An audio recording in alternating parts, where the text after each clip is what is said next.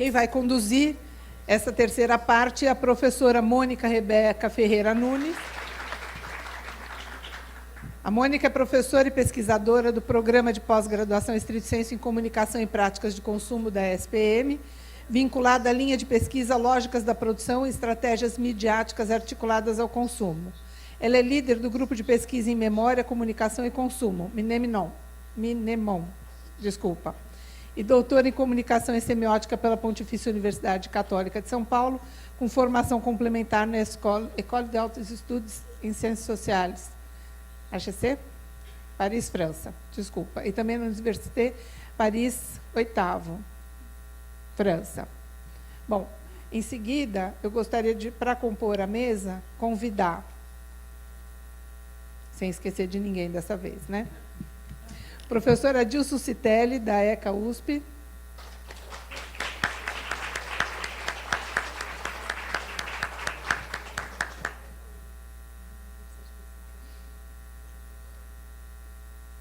Ele foi chefe do Departamento de Comunicações de Artes da ECA USP, coordenador do PPG-Com USP, membro do Comitê de Avaliação da CAPES e do Comitê Assessor de Comunicação do CNPq. É autor de inúmeros artigos e livros, dentre estes destacam-se Linguagem e Persuasão, Comunicação e Educação, Palavras, Meios de Comunicação e Educação e Educomunicação. Obrigada, professor. Vou convidar também para compor a mesa o professor Ismar de Oliveira Soares.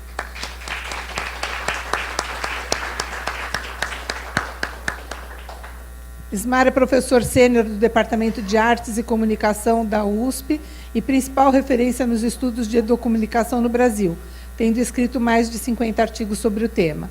Liderou o Hub de Comunicação e Educação de 96 a 2014 e organizou, em 2002, o projeto Educom TV, um curso para 2.000 professores em São Paulo.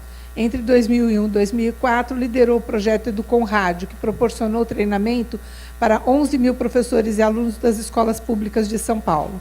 Coordenou a implementação da licenciatura em Educomunicação junto à Escola de Comunicação e Artes da USP, exercendo atualmente a função de coordenador pedagógico do curso.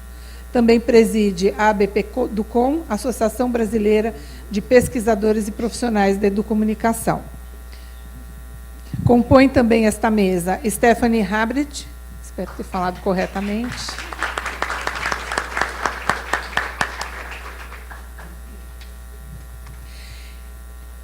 Stephanie é formada em Administração de Empresas pela Fundação Getúlio Vargas, com mestrado em International Affairs pela Columbia University em Nova York. Atuou 8 anos no mercado financeiro em Nova York e no Brasil, e em bancos como Deutsche Bank e BNP Paribas. Fundadora e sócia-diretora da Magia de Ler, organização que produz o jornal Joca, primeiro e único jornal do Brasil voltado para jovens e crianças. Compõe também a mesa a senhora Ângela Pimenta, da Projor.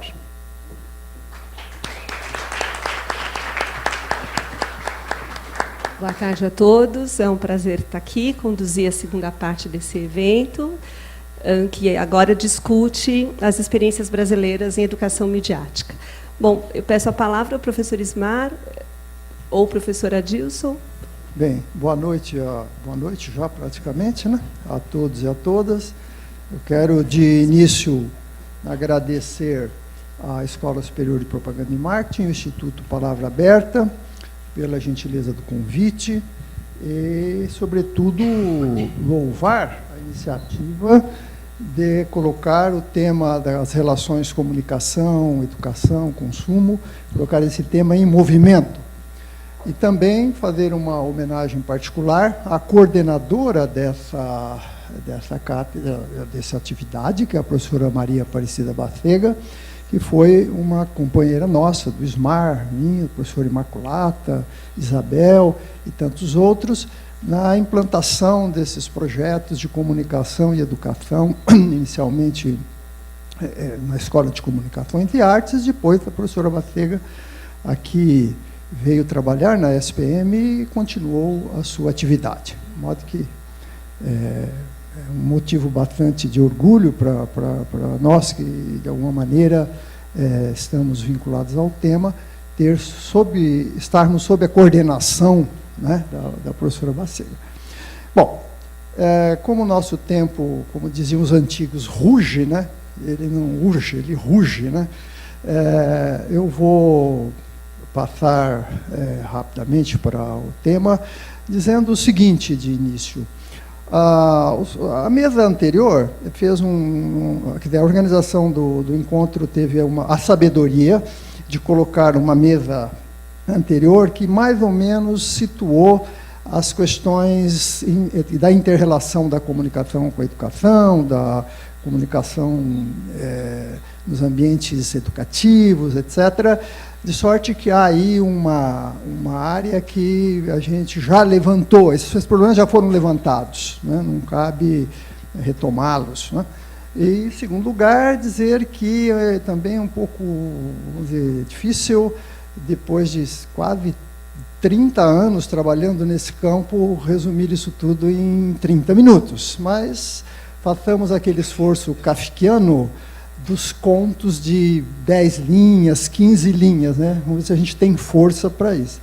Bem, eu queria também fazer uma observação preliminar, porque creio que a minha fala do Ismar provavelmente vão se completar no que tange a essas experiências aqui chamadas de brasileiras em educomunicação, tá certo?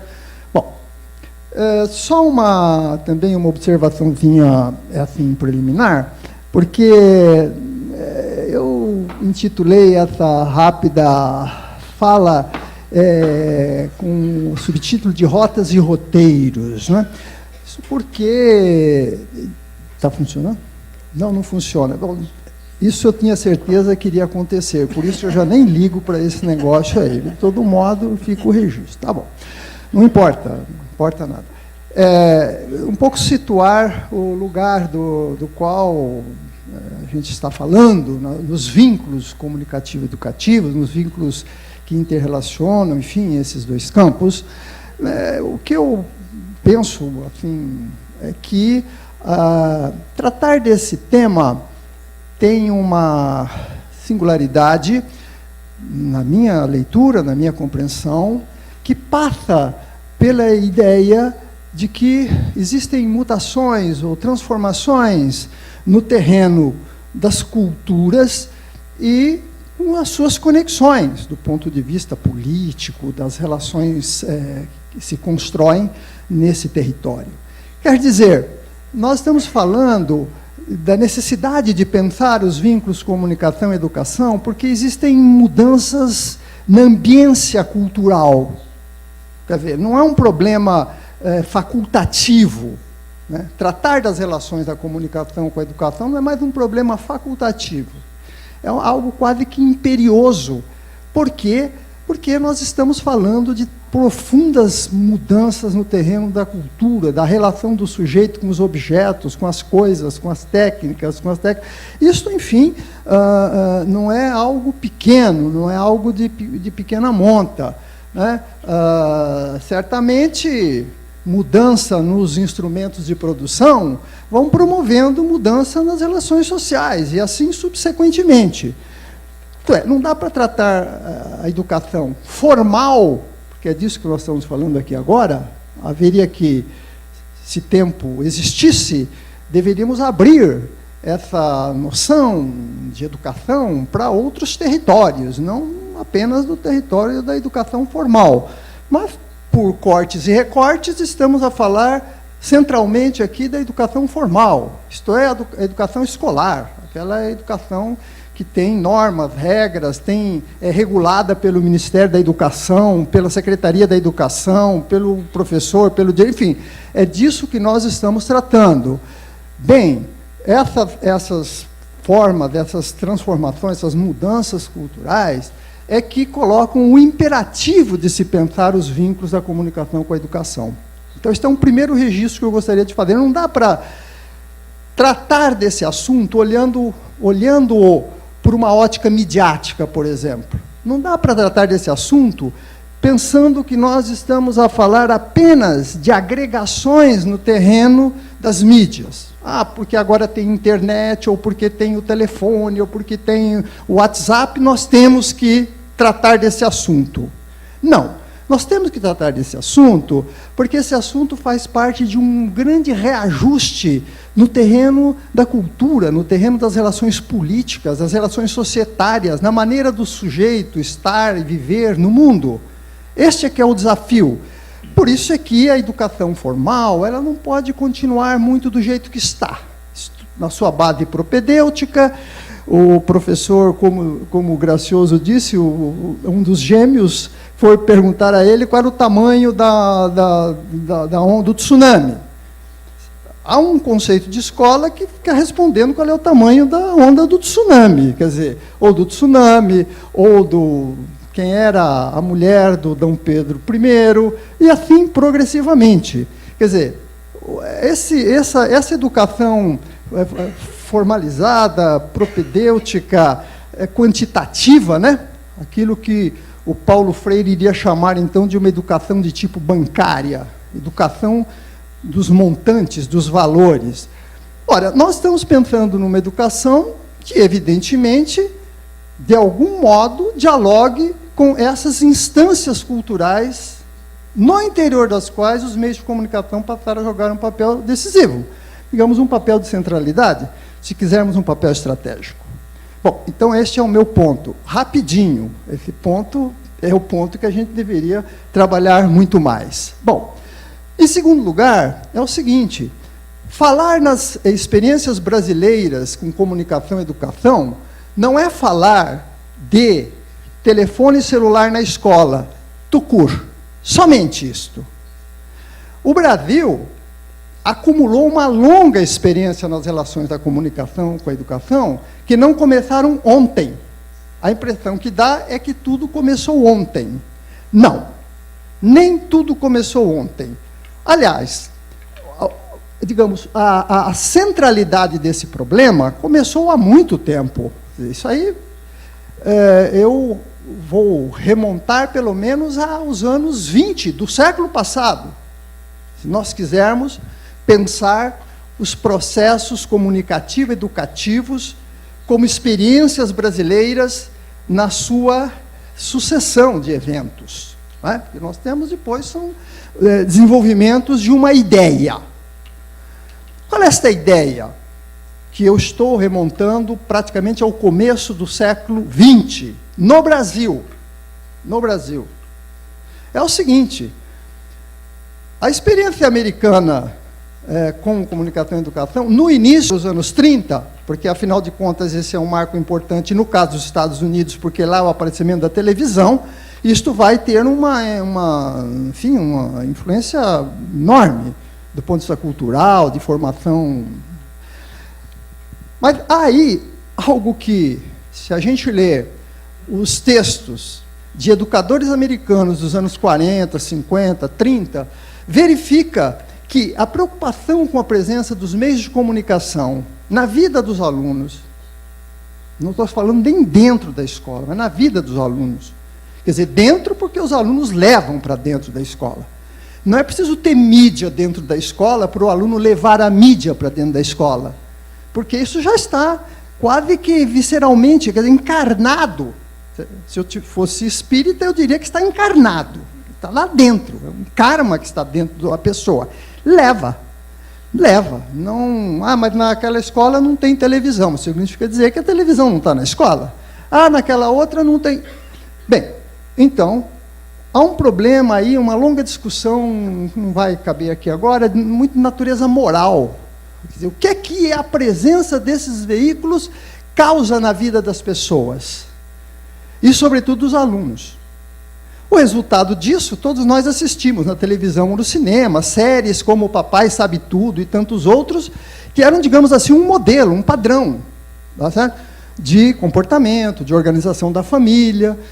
Por quê? Porque havia exatamente essa discussão no meio dos educadores. Será que a televisão, por exemplo, vai provocar hábitos complicados na vida dos meninos que estão se formando? Afinal, alguma coisa aberta, alguma coisa que não tem barreiras?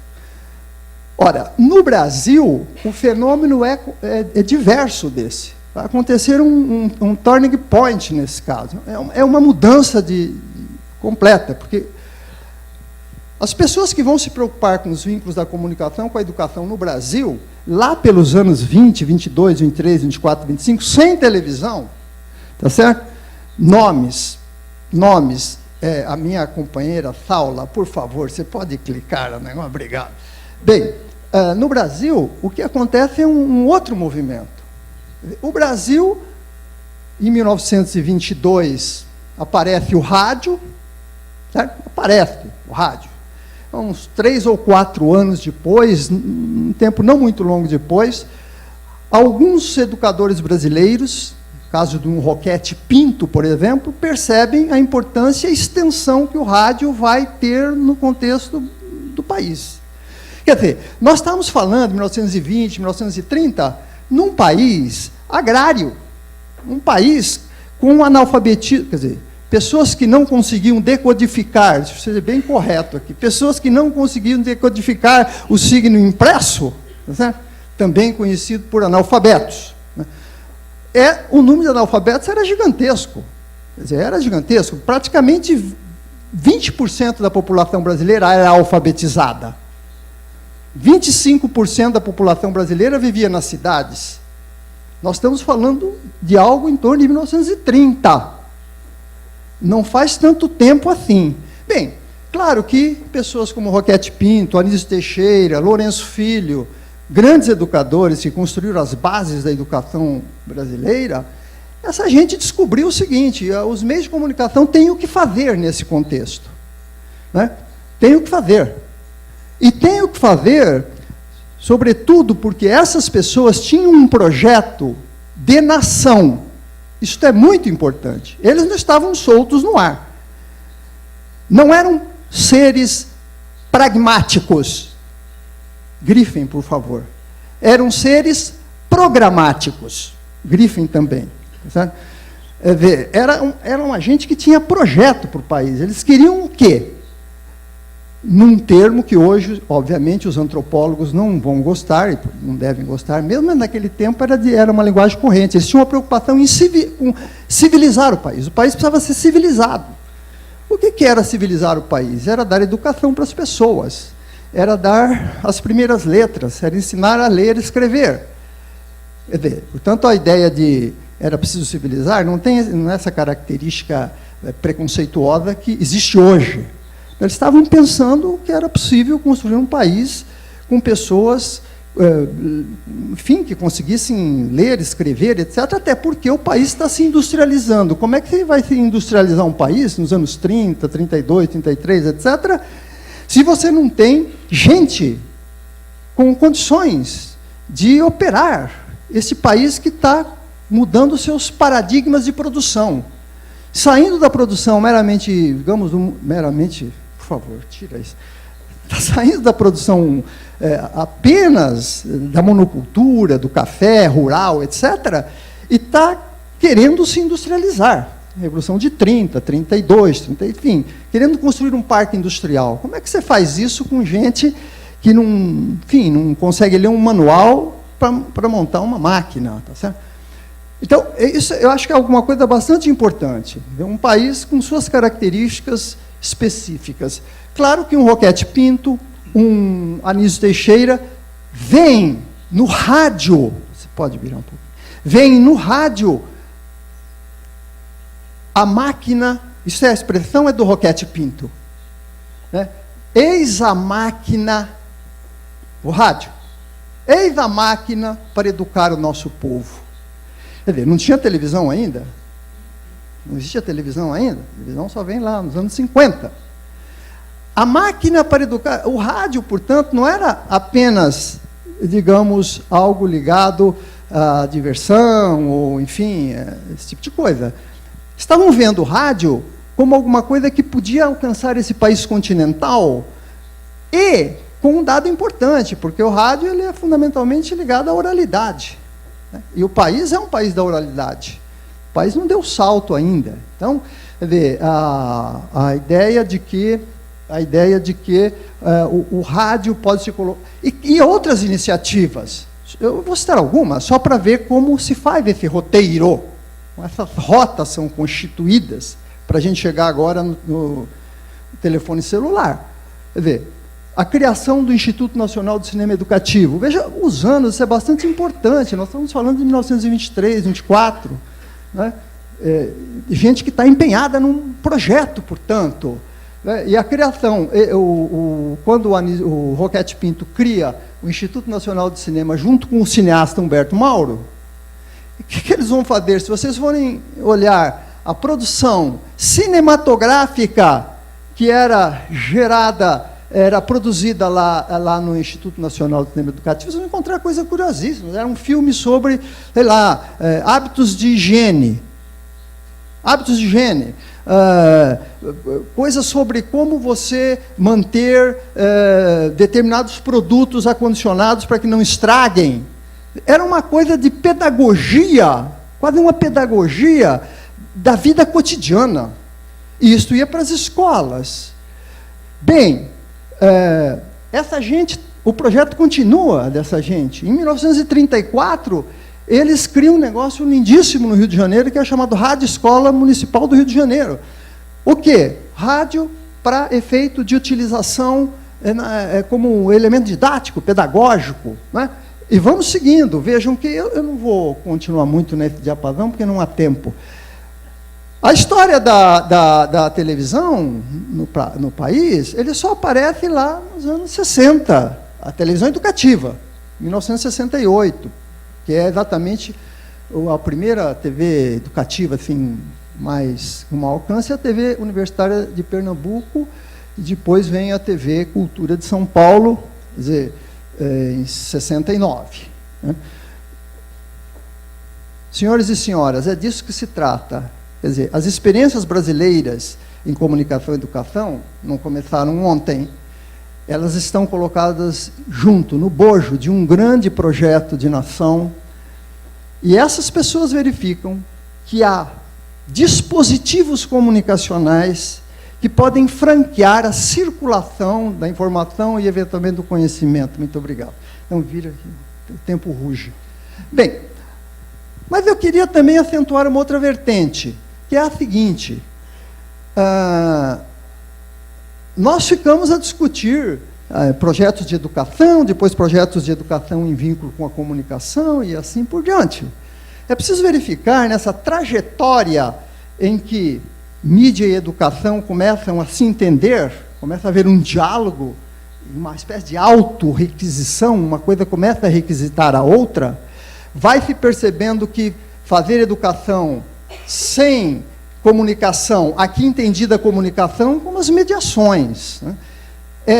Vai se tornando uma impossibilidade, quer dizer, dada a força da comunicação e as circunstâncias em que o rádio, depois a televisão vão ganhando. Bem, mas há um quadro no país, nesses anos 60, até a ditadura militar, até 64, até o golpe militar de 64, há uma efervescência gigantesca no terreno da educação. Essa efervescência vem no bojo de uma série de movimentos populares, de movimentos políticos que vão sendo criados no país e que entendem que é necessário ativar sistemas de comunicação.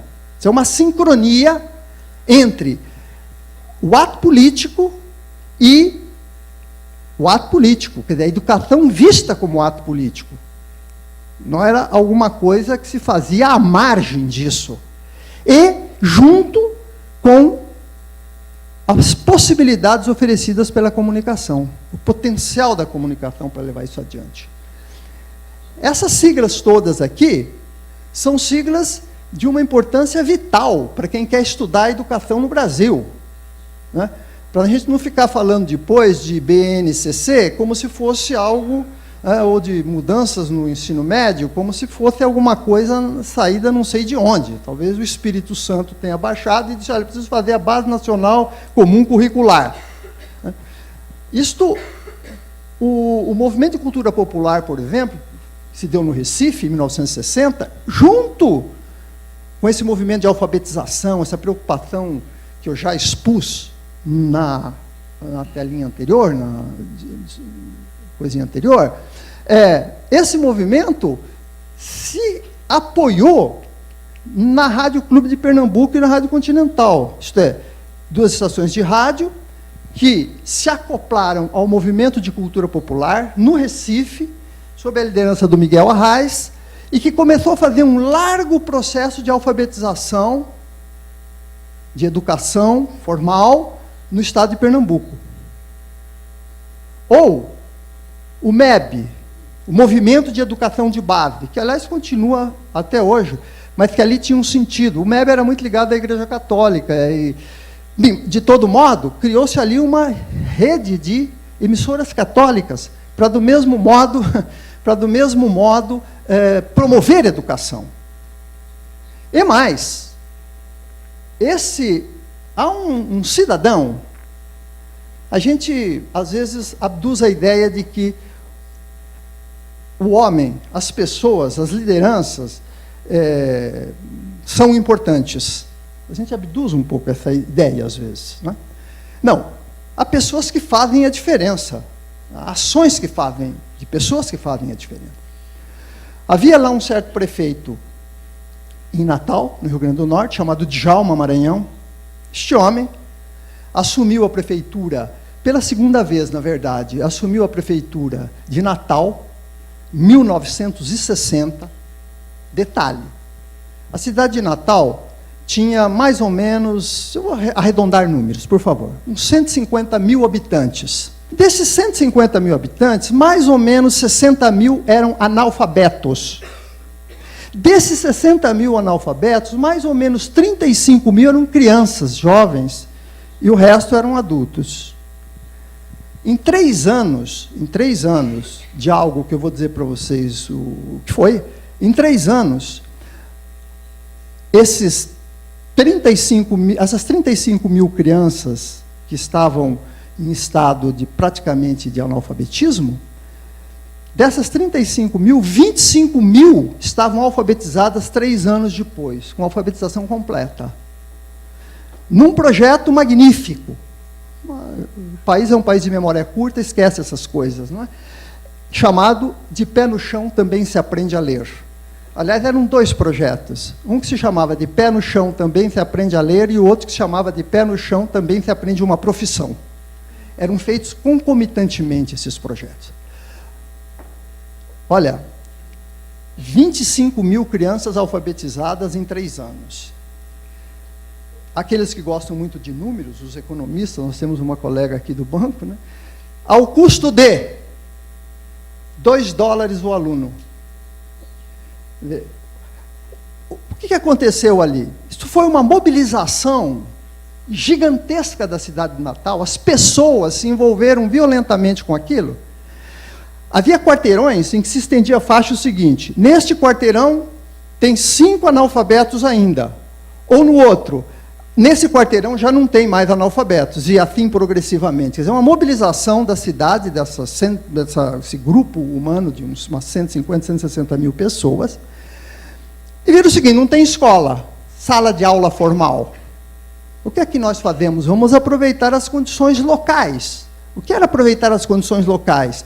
Vamos cortar madeira, tirar palmas das palmeiras, e vamos fazer o que eles chamavam de galpões, havia vários nomes para isso, para colocar as crianças ali dentro.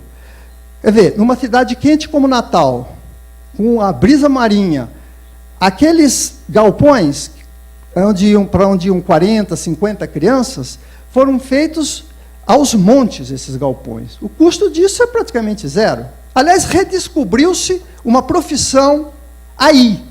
Por quê? Porque para fazer esse telhado com as palmas da palmeira, é preciso uma técnica para dobrar a palma na cumieira daquilo que seria, em tese, um telhado.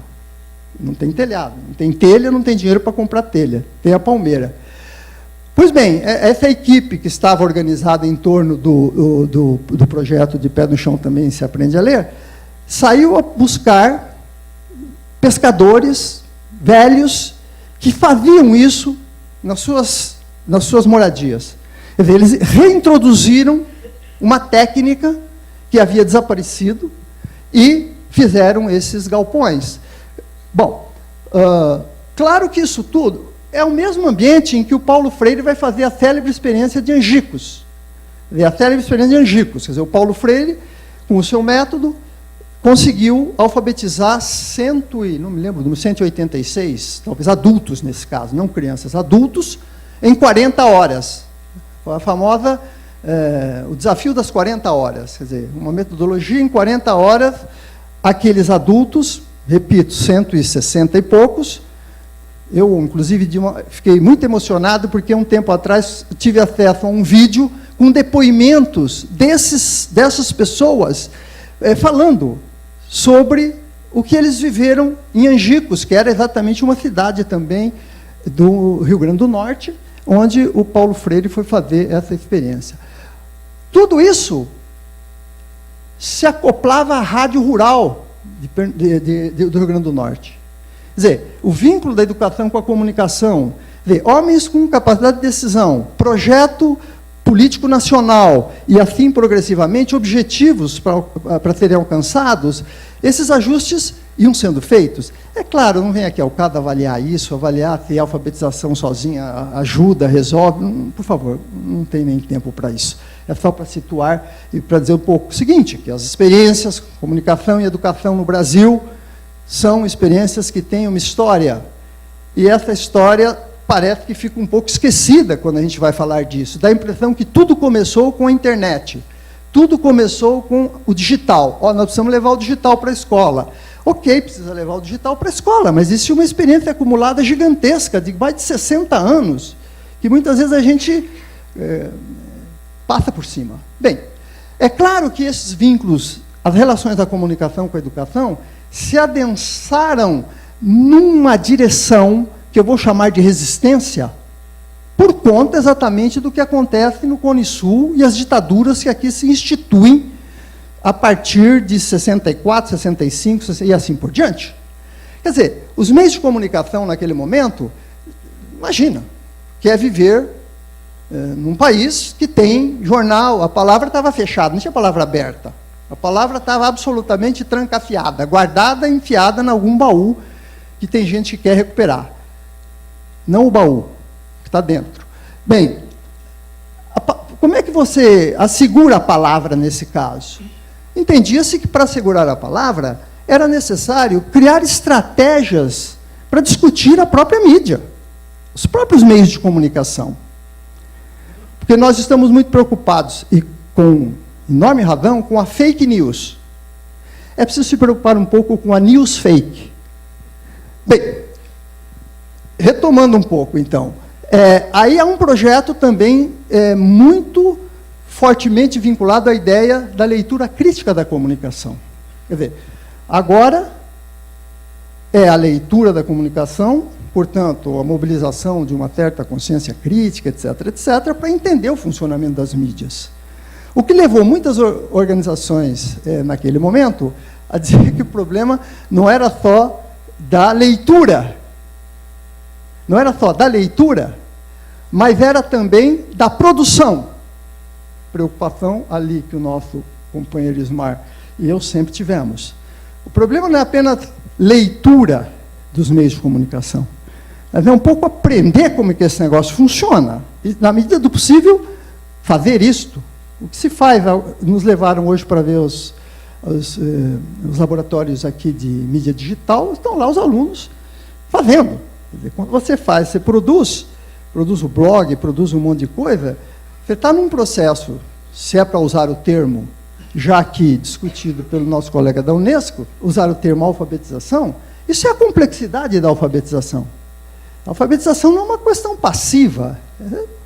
Você, quer dizer, ativar o processo de alfabetização é também ativar a realização desses produtos, aprender um pouco como eles funcionam. É isso que desreifica o produto. Como é que você desreifica alguma coisa? Você desaliena alguma coisa? Entender como esse negócio funciona. Você não entende como ele funciona, ele continua mágico. E se ele continua mágico, ele continua criando camadas de coisificadoras, reificadoras. Bom, pulando rapidamente e aqui concluindo, que acho que o Ismar vai falar sobre isso, e já fui desligado, inclusive, pela nossa palavra aberta, minha filha. Franqueie a minha palavra, faz favor. Estou brincando, não precisa, não. Ó, o Instituto Palavra Aberta está cortando a minha palavra. Bem, essas experiências correntes em comunicação e educação, claro que isso tudo se sofisticou muito. A colega já teve a oportunidade de mostrar, outros já discutiram aqui na mesa anterior, Isabel já nos falou também.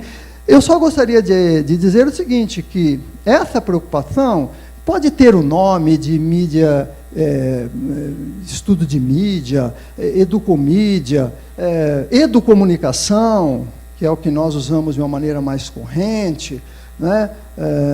Media literacy, que é uma expressão mais utilizada no mundo anglo-saxão.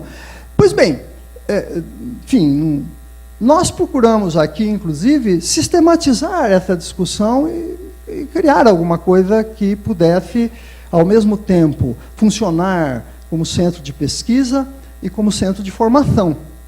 E lá até na ECA criou-se um curso de educomunicação, uma licenciatura em educomunicação, que no fundo, pelo menos para nós aqui, os mais velhos que lá estávamos no começo desse processo, está também dentro de um projeto de franquear comunicação certamente democrática, certamente aberta, certamente plural, e formar quadros para trabalhar com essas ideias nas escolas, porque é uma licenciatura em educomunicação, quer dizer, é para formar formadores. Muito obrigado, já que o meu horário se extinguiu.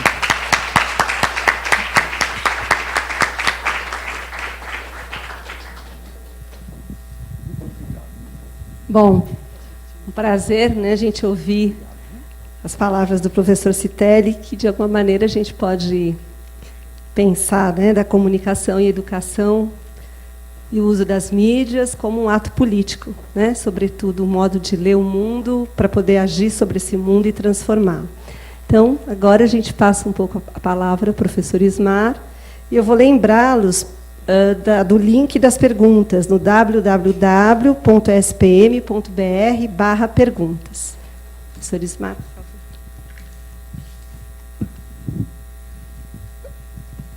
Está muito emocionante esse espaço, né? Estou muito feliz em poder estar nesse momento, falando depois do Citelli e tendo ouvido os colegas que nos antecederam, e com a presença de duas colegas, duas companheiras que trabalham no mesmo campo nos Estados Unidos, a René Hobbs. Eu fiz meu pós-doc nos Estados Unidos entre o ano de 1999 e 2000. Frequentei congressos nacionais de mídia literacy, li textos, e a René Hobbs já era, naquele momento, a grande estrela da mídia literacy nos Estados Unidos. Então, quando eu soube da vinda dela aqui, eu me emocionei muito e disse, não, é a ocasião do encontro e, especialmente, de um grupo de adolescentes, de jovens brasileiros poderem encontrar-se com ela, e isso ocorrerá amanhã, né? A Isabel, colega nossa, né, na ECA, durante alguns anos, e também uma ponte conosco em Portugal, na perspectiva da literatura midiática. Eu espero que esse momento se multiplique, não é? Então, a palavra aberta está aí, né? A SPM está aí para que a continuidade seja feita. Muito bom. Continuando o que o Adilson falou, e estava falando e tal, eu diria o seguinte, existe uma perspectiva a partir da qual nós podemos fazer a análise da mídia, a media education, a media literacy, a educação para a comunicação, e existem focos de olhares. No caso, o roteiro que o Adilson propôs foi de um olhar político, de um olhar a partir de uma cultura que se ia se desenvolvendo, crescendo, e dos elementos de pessoas desse universo que planejavam ações na relação entre a cultura, a educação e a comunicação. E é justamente nessa sequência que o trabalho com a mídia foi se desenvolvendo no Brasil. Nós aqui, nos anos 70, 80, falávamos muito em leitura crítica da comunicação. A palavra literacia midiática não era comum entre nós, ainda não é essa expressão, alfabetização midiática também não, porém, falava-se em leitura crítica da mídia. A palavra leitura crítica da mídia tinha uma conotação ideológica clara.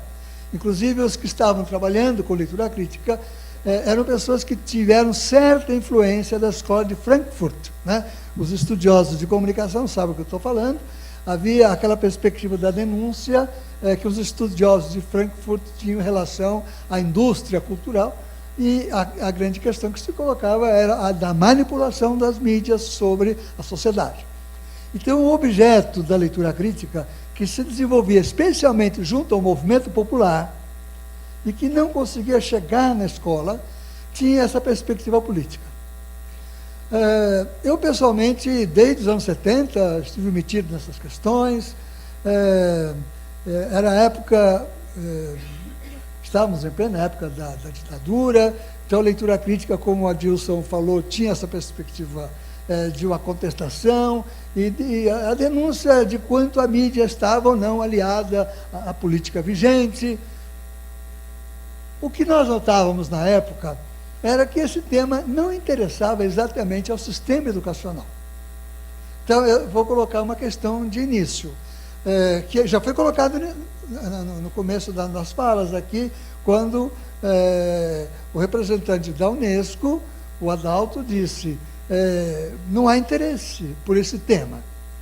Um dos representantes de consulado também disse: estamos sempre no início.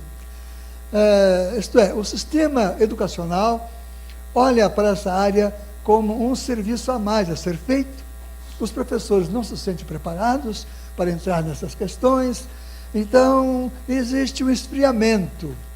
Todo mundo acha que é necessário e tal, porém, esse professor, ele na faculdade de pedagogia, nos cursos de licenciatura, ele não tem mais do que 2,5% da sua carga horária voltada para as tecnologias.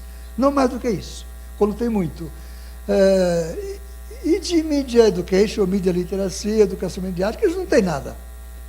Então o professor entra no seu trabalho didático, pedagógico, sem ter tido uma iniciação a esse universo. No caso, nós vamos notar que existe, na verdade, um absenteísmo do sistema educacional com relação a esse universo. A preocupação com essas questões vêm sendo implementadas por organizações da sociedade civil, ONGs, que se preocupam com a questão. Eu mesmo participei de organizações sociais e, a partir dessas organizações, percorri o Brasil dando cursos. Mas sentia que cada um dos que faziam aquilo eram pessoas bem recomendadas, tinham circulação boa entre os seus colegas, eram bem vistas, porém não existia qualquer tipo de política pública ao redor desse objeto. E aí nós vamos ver na palavra das autoridades que isto ainda é verdade.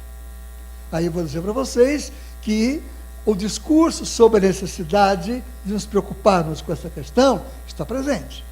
A Base Nacional Comum Curricular, por exemplo, aponta em quase todas as suas páginas a necessidade daquilo que se chamaria hoje de uma literacia midiática. Aponta sobejamente e com detalhes. Porém, não prevê em nenhum momento espaço para a formação do professor ou do aluno. Então, o aluno já faria isso como se já fosse, já que ele é nativo digital, ele fará isso por iniciativa própria. Chama a atenção que é importante, mas não prevê no sistema educacional quem se ocupe, como se ocupar com isso.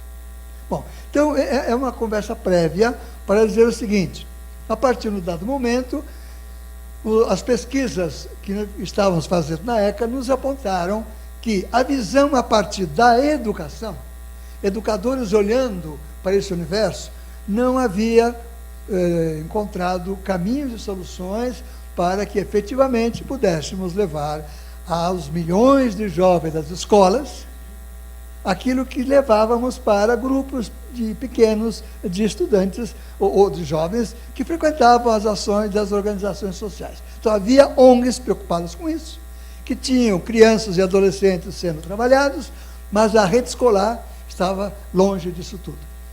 E aí nós começamos a observar que existia um olhar para o qual a sociedade, a escola não tinha estado atento até aquele momento, que era aquilo que a René Hobbes disse, a confluência. O mundo da comunicação e o mundo da educação. No caso, a educação olhando ou a comunicação olhando, se percebeu que os olhares dos dois universos não levavam a nada. Porém, quando nós percebemos que uma análise podia ser feita a partir da junção do espaço em que a comunicação e a educação passavam a existir, isso podia produzir algo. Isso estava produzindo algo, no movimento social latino-americano produziu algo, e esse algo chamou-se educação popular, chamou-se comunicação alternativa e chamou-se uma mobilização nacional em torno de temas. Se hoje nós estamos preocupados com a questão ambiental, isso não foi trazido pelas pesquisas acadêmicas, e nem pelos jornais, nem pela publicidade. Isso veio do movimento social. Então, olhando para o movimento social, nós percebemos que havia emergido na América Latina uma prática própria de interface. E essa prática própria de interface não tinha o nome de educação frente à mídia, porque isso não estava existindo, e nem de comunicação frente à educação, porque não estava existindo. Precisamos usar um conceito que unisse ou que mostrasse essa perspectiva. Então, nós ressemantizamos uma expressão que já existia para significar educação para os meios, a palavra educomunicação, simbolizando justamente essa prática a partir da interface. A partir da interface, uma televisão pode colaborar. A partir dessa interface, a escola pode colaborar. A partir dessa interface, uma organização social pode colaborar. Pode colaborar para quê? Para garantir a palavra aberta, para garantir a mobilização social, para garantir que a sociedade se comunique. E vou lhes contar uma coisa. Durante 20 anos eu trabalhei com a educação, leitura crítica. Era um cidadão que as pessoas conheciam, falavam, mas eu não via progresso. A partir do momento em que a ECA começou a usar a palavra educomunicação, o Núcleo de Comunicação e Educação trabalhou com isso, houve uma eclosão, uma explosão de interesses. E hoje nós temos, de 2000 agora, 300 teses, mestrado e doutorado, sobre este conceito, no banco de teses da CAPES. E a multiplicação de projetos em todo o país ao redor disso.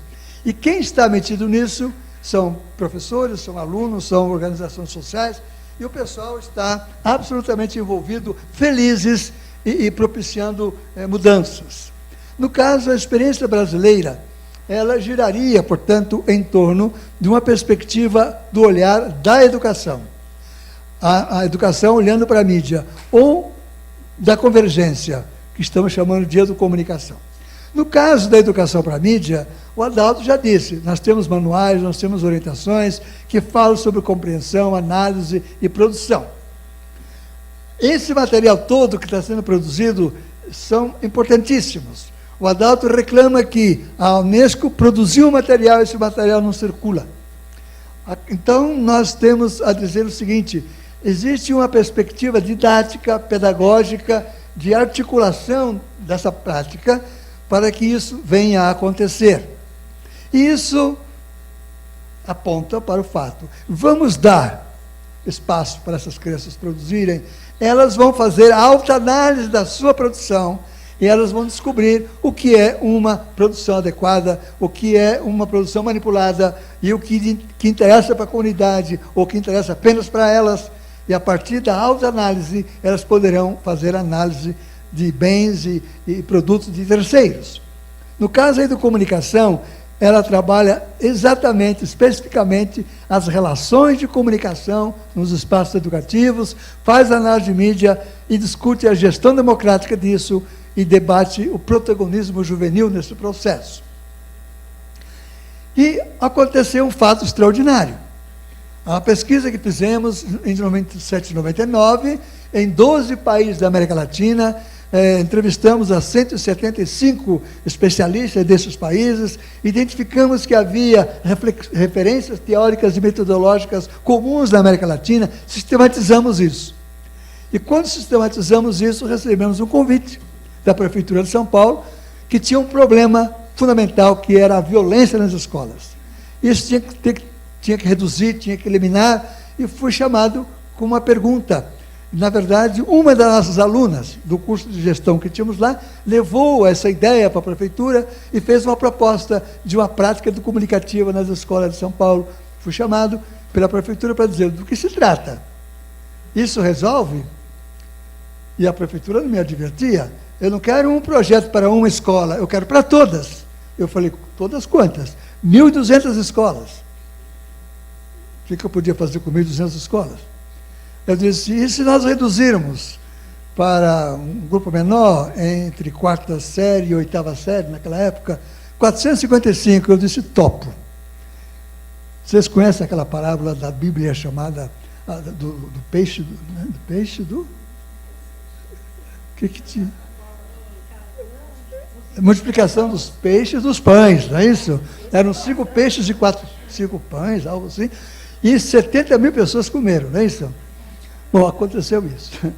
O problema foi o seguinte, quando eu disse para a Prefeitura que topava, eu imaginei um cenário.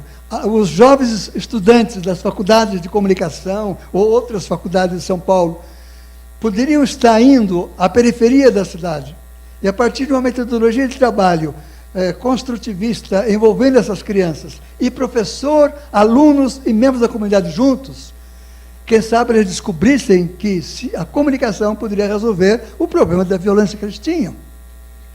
E a questão nossa foi fazer uma gestão desse processo. E quem menos se movimentou fui eu, que eu ficava na ECA. Mas durante 7 semestres, 12 sábados por semestre, ao redor de 600 jovens universitários foram à periferia de São Paulo discutir mídia com os professores, com os alunos, juntos, em polos. E, a partir de um trabalho que durou, portanto, 3 anos e meio, nós conseguimos alcançar a formação de 11 mil professores, alunos, porque nós não queríamos trabalhar para o professor ensinar para o aluno, juntos. Conseguimos fazer uma reversão em 50% da violência nas escolas, registrado na polícia ao redor das escolas. Isso foi verificado, atestado. Uma lei municipal estabeleceu a educomunicação como obrigatoriedade na prática. 5 administrações públicas se sucederam, umas inimigas das outras. E a educomunicação está na cidade de São Paulo. Quem quiser, nós temos aí uma pleiade de colégios que poderão ser visitados. Por quê? A cultura se fez, uma cultura de paz, a partir da prática da educomunicação. Eventos principais da cidade, vocês vão encontrar os alunos da municipalidade fazendo coberturas, e os blogs das escolas dando publicidade para isso. Aquele mapinha da cidade de São Paulo parece um sarampo, né? Uma doença aqui no Brasil chamada sarampo. Na verdade, as escolas que nós atendemos. Fomos para o Mato Grosso. O governo federal nos chamou. Estivemos também fazendo uma cobertura. Em Mato Grosso aconteceu um fato emocionante. Nós fomos chamados pelo MEC para levar a rádio para o Mato Grosso. E o MEC nos prometeu um site, uma plataforma digital, preparamos material. Descobrimos no final que das 80 escolas, apenas 10 tinham acesso à internet. Uma das que tinham era uma comunidade indígena, que tinha internet satelital, para aquela comunidade dos Chavantes, na aldeia de Sangradou. Bom, tivemos que mudar o programa, fazer um programa presencial, contratar radialistas locais para trabalhar. Um projeto de 4 meses, durou 2 anos. Na aldeia Chavante, houve um dia que o cacique mandou parar tudo. O cacique disse, mulher na minha tribo não fala diante de homens. Eu tinha sentido isso. Quando eu fui ao Mato Grosso fazer palestras, havia algumas senhoras muito cabisbaixas, não olhavam para mim. Aí me disseram, não, são professoras indígenas, elas não olham os homens, e nem falam quando tem homem perto. O cacique disse, na minha aldeia, a mulher vai continuar sem falar. Acontece que as meninas haviam sido mais espertas que os meninos e colocaram a rádio da aldeia funcionando. E o cacique mandou fechar a rádio. As meninas reclamaram. Isso foi para a Secretaria de Educação. A Secretaria de Educação respondeu: olha, a escola onde as crianças estão, indígenas, é uma escola pública. Na escola pública, a mulher fala tanto quanto o homem. O cacique chamou os rapazes e disse: produza o rádio. Não podemos deixar as mulheres falando sozinhas. Os rapazes foram produzir. A produção entre eles representava entrevistar os mais velhos, entrevistar a gente das tribos ao redor. Aí, nas entrevistas, eles descobriram que havia uma lei, segundo a qual, quando havia um índio formado numa área, medicina, engenharia, educação, esse índio podia assumir um cargo que houvesse necessidade no seu espaço. Descobriram que havia um colega deles que havia feito pedagogia em Cuiabá. Ele disse: nós queremos nosso colega diretor da escola. A escola estava sendo dirigida pelos padres salesianos, missionários há 120 anos lá. Os padres falaram: não, essa escola aqui é mantida pelo governo, porém, nossa, somos missionários, estamos há 120 anos. A secretária de Educação falou: não, os índios têm razão. Negociem com os índios, porque a direção vai ser assumida pelos índios. E assumiu. Houve uma negociação, não sei que parte ficou com quem. E os índios continuam trabalhando. Isso representou, na verdade, um choque de cultura, que se dá em qualquer espaço onde estamos, quando alguém ou grupo tem condições de falar, tem condições de se expressar. Olha, Rita Pajós, sabe quem são esses meninos, essas crianças? Eles são de centros de tecnologia, às margens do rio, levados por uma organização chamada Saúde e Alegria, que trabalha com saúde e trabalha com educomunicação. Visitei, fui vendo cada um desses encontros, emocionadíssimo, porque eles tinham acesso, eles tinham lido e eles praticavam, desenvolviam uma prática de educomunicação. O conceito Educom, ou educomunicação, era algo que dava identidade a eles. E em São Paulo, por exemplo, as crianças costumam ter seus business cards. José da Silva, educomunicador. Essa identidade, nós não conseguimos com a leitura crítica da mídia. Nós conseguimos quando alguém se sente ele, produtor de mídia.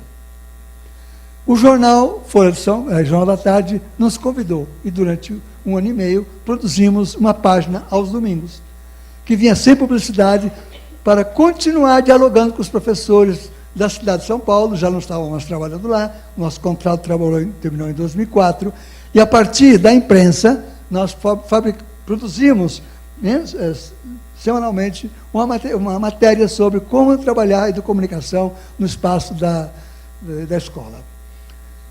Em 2008, o governo federal criou um projeto chamado Mais Educação, com a intenção de trabalhar temas fora do horário das aulas, no contraturno. E, no caso, a comunicação de mídia foi uma das metas. Eu tenho mais 4 minutos? Ah, tenho 10!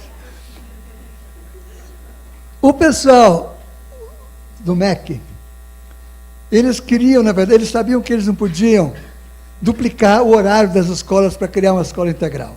Mas eles queriam, naquela época, que as escolas se conscientizassem que era importante manter a criança o maior tempo possível na escola.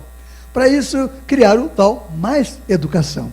Era um programa de workshop, de oficinas. E foi incluído um tema, comunicação. Inicialmente, usaram a palavra educomunicação. E um grupo de organizações sociais, junto conosco lá na USP, fizemos um manual. E o governo disponibilizava equipamentos, máquina fotográfica, filmadora, equipamento de rádio, que ia para as escolas. Em 2012, uma aluna minha de mestrado fez uma tese, uma dissertação, identificando que em 2008, 522 escolas no Brasil haviam escolhido trabalhar com a mídia, a partir da perspectiva da educomunicação. Em 2009 eram 2.000, em 2010 eram 3.000, em 2011 eram 4.000, em 2012 eram 6.527. No total, nós vamos ter aí 6.527 escolas envolvidas com comunicação e uso de mídia na perspectiva da educomunicação. Isso significou o seguinte, que esse conceito se convertia em política pública. E era a questão que foi colocada pelo Adalto aqui e por outros colegas, é preciso entrar no currículo. Agora, entrar no currículo de que forma? Com mais uma disciplina, ou com uma prática, ou com um paradigma? E no caso aqui, nós estamos entrando com um paradigma, a partir da colaboração do próprio governo. E a informação que eu obtive o ano passado, aliás, não está errado, eu obtive em 2016, em Brasília, no congresso que fizemos lá, no encontro, é que 4 milhões de alunos e 10.500 escolas em 2.800 cidades estavam trabalhando com essa prática e o conceito. Então, nós diríamos que isso estaria significando que existe, sim, espaço no âmbito escolar para essa prática. A questão é saber como utilizá-la e como ingressar no universo escolar a partir dessa perspectiva. A revista Imprensa é uma revista de jornalistas para jornalistas. Em setembro de 2017, escreveram uma matéria, uma cobertura, Educomunicação, nova área de atuação para jornalistas.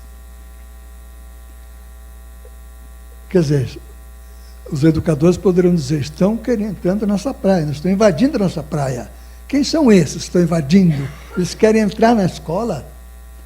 Bom, então, para resolver esse problema, nós criamos uma licenciatura.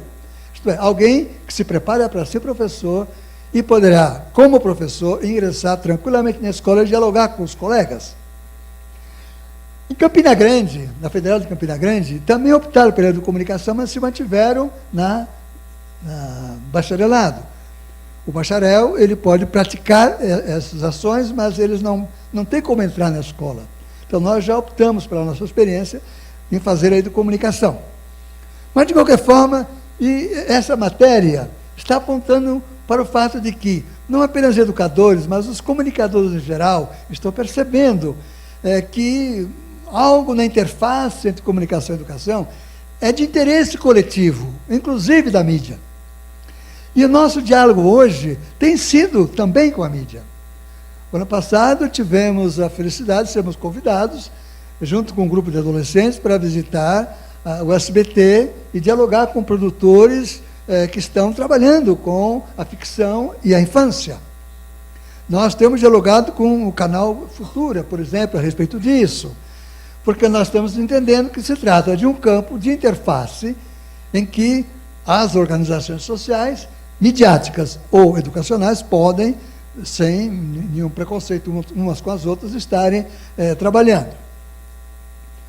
Esse foi um encontro memorável em que, primeiramente, a Unesco organiza em São Paulo um encontro. Vocês estão vendo aqui essa primeira foto em cima, Alton Grizzly, que é o chefe da Unesco na área de Media and Information Literacy, junto com um grupo de crianças de escola pública e escola privada, que trabalham com educomunicação. Fomos a Brasília, no espaço do Senado Federal, numa reunião do Conselho de Comunicação Social, 2 adolescentes tomaram a palavra, né, e aqui em São Paulo, no SBT, a visita, a produção, e depois em cima aqui, na própria reunião da Unesco, essa conversa.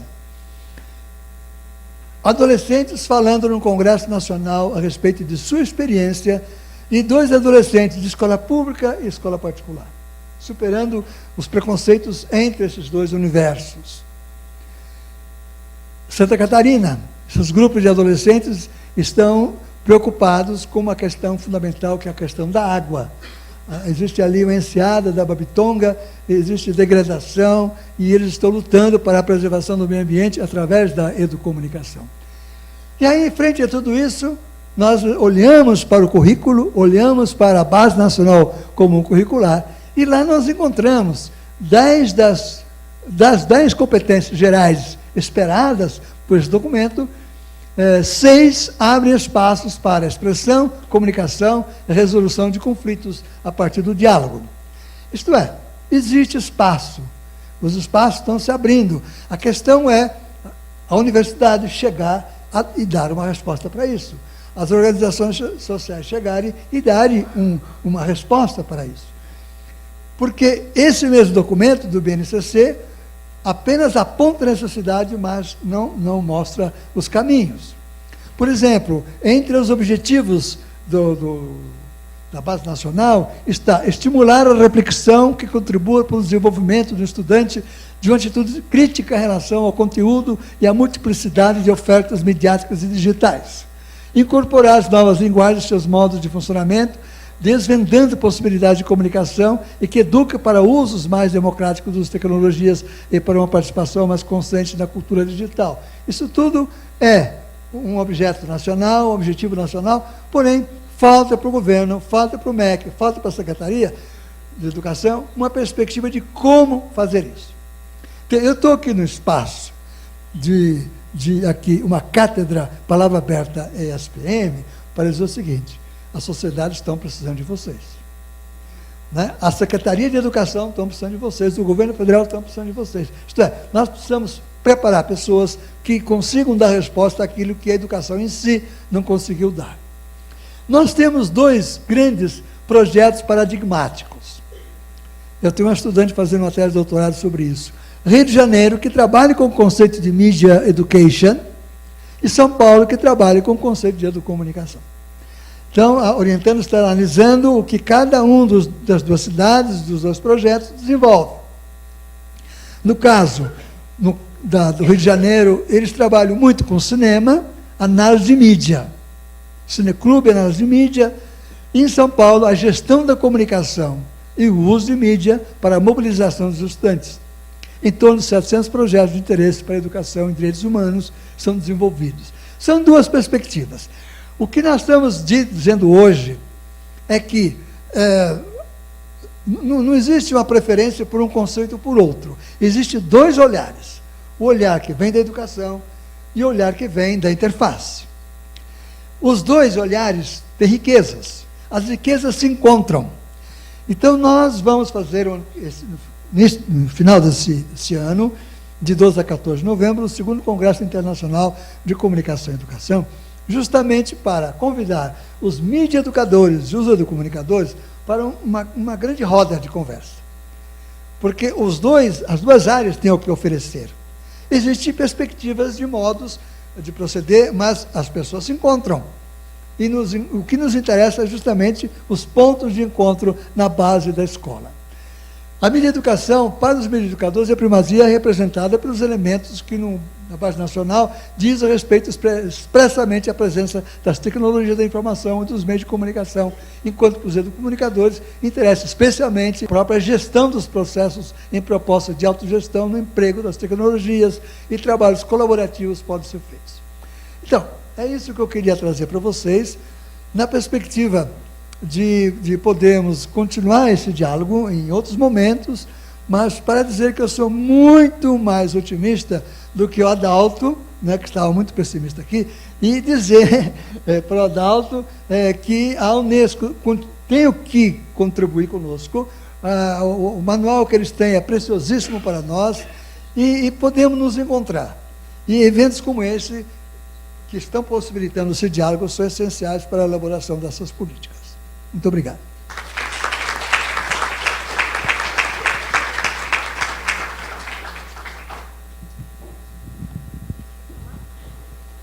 Bom, agradeço então, professor Ismar, e que delícia, né? Porque a gente teve a oportunidade de ter uma leitura histórica, inicialmente com o professor Adilson Citelli, e depois a experiência da universidade em diálogo direto com a sociedade, que acho que o professor reflete, sobretudo, é o papel da universidade nisso tudo, né?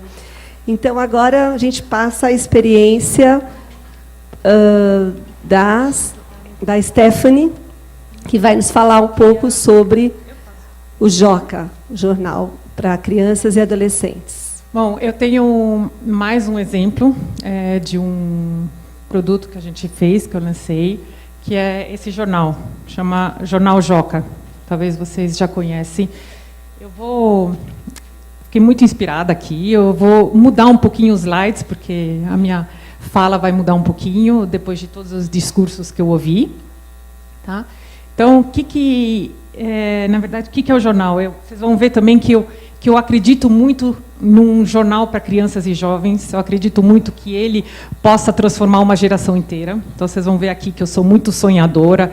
Eu não sou pedagoga, não sou jornalista, nem sou brasileira, mas eu sou brasileira de coração, pedagoga de coração e apaixonada por jornalismo. Então, o que a gente fez com o Joca? Então, um pouquinho para mostrar para vocês, eu tenho 10 minutos aqui, né, para mostrar um pouquinho como que a gente tem essa experiência, esse produto funciona nas escolas.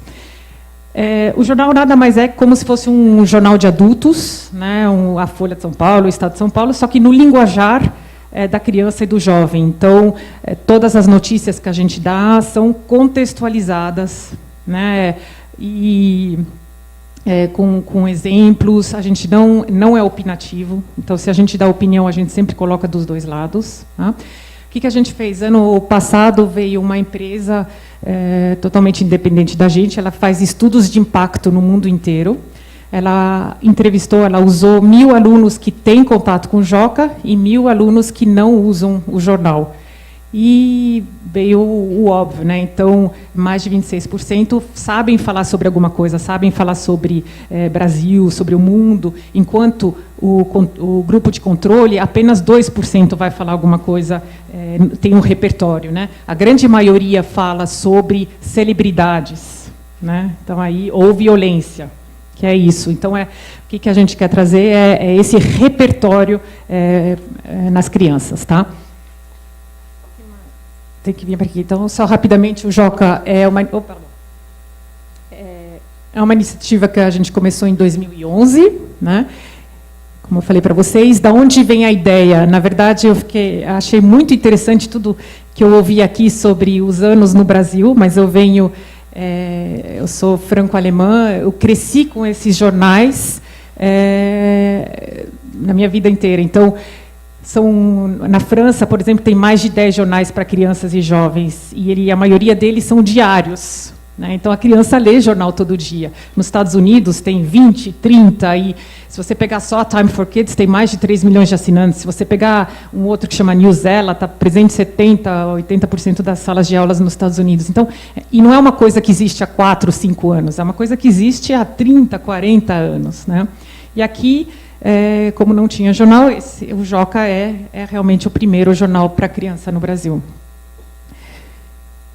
O que a gente tem? Então, a gente foi vendo que a gente quis entrar pelas escolas, né, porque, de novo, eu vim com uma cultura onde os pais assinam, né, para os filhos. E, com a minha experiência anterior, eu vi que não dava certo, a gente entrou pelas escolas. Então, a gente fez a gente tem vários produtos. Então, a gente tem um jornal impresso, a gente tem um jornal online, a gente tem o TV Joca, que é como se fosse o Jornal Nacional, só que para criança, é feito com jovens. A gente tem guias, a gente tem mais de 100 exercícios a cada quinzena. O jornal impresso é quinzenal e o jornal online é diário. Então, a gente tem um material, a gente tem capacita professor, ou seja, a gente está sempre em contato com as escolas e também com os alunos, porque o jornal não é feito só por nós jornalistas, ou pela equipe jornalística, é feito também pelos jovens e pelas crianças. Então, eles mandam pauta, eles escrevem algumas sessões que estão dentro do jornal, e tem um protagonismo muito grande para as crianças e os jovens. A gente está mais isso a nível Brasil, a gente está mais em escolas privadas, por enquanto, e eu conto por quê. É muito difícil empreender, né? Então, é um jornal sem propaganda. Então, ele só se sustenta por assinatura. Então, a gente começou nas escolas privadas. Hoje, ele é obrigatório nas maiores escolas privadas do Brasil. Então, ele entra no material didático obrigatório.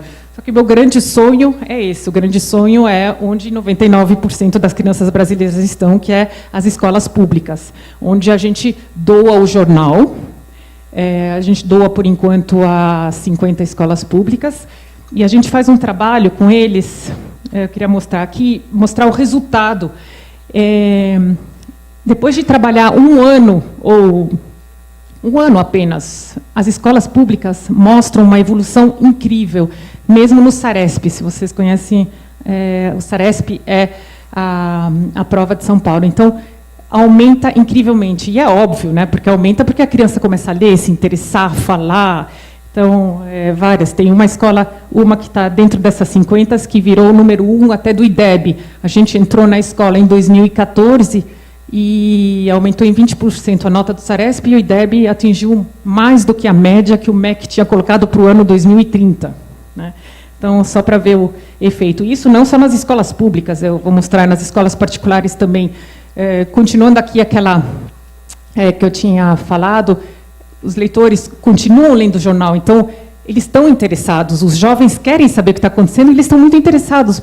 Eles ouvem os pais falando o que está acontecendo na Síria, o que está acontecendo com a briga entre o Trump e o Kim Jong-un, enquanto que os outros que não leem, eles continuam ficando na internet, e o repertório cada vez menor. Né? Também, um outro dado que eu gosto muito, que saiu, é 85% das crianças que leem o Joca comentam o quanto elas falam, né, com professores sobre as notícias que elas leram, com os pais. Tem crianças que vêm falar para a gente: eu sou o melhor amigo do meu pai agora. Né, porque tem a conversa de igual para igual e falam entre eles. Mas o que eu queria muito é também mostrar o impacto. Né? Então, quando teve a crise dos refugiados, por exemplo, a gente falava muito sobre essa crise, não sei o quê, e a gente recebeu umas cartas de umas crianças e de uma pequena cidade fora de São Paulo, de uma escola pública, onde eles falaram: a gente leu as notícias no Joca e fez um brechó com as nossas roupas e a gente levantou R$300. E esses R$300 as crianças deram para os refugiados de São Paulo. Então, imagina o que você fez. São crianças que estavam vis-à-vis ou sempre em contato com a violência, né, ou em uma escola pública, pegaram as suas próprias roupas e venderam no brechó.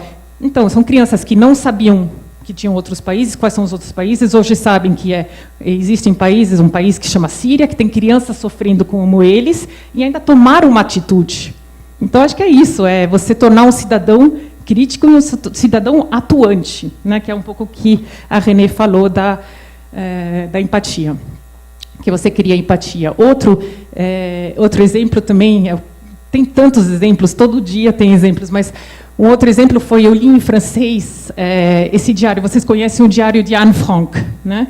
Esse diário é de uma menina síria, também de 13 anos, e ela escreveu o diário de Miriam. Ela escreveu 5 anos dela durante a guerra da Síria. Ela mora em Alepo. Ela escreveu, e eu falei: bom, não existe esse livro em português, mas é muito interessante para os meus leitores. Eu escrevi sobre ele, e a gente recebeu na redação mais de 200 cartas de crianças leitoras pedindo a tradução do livro.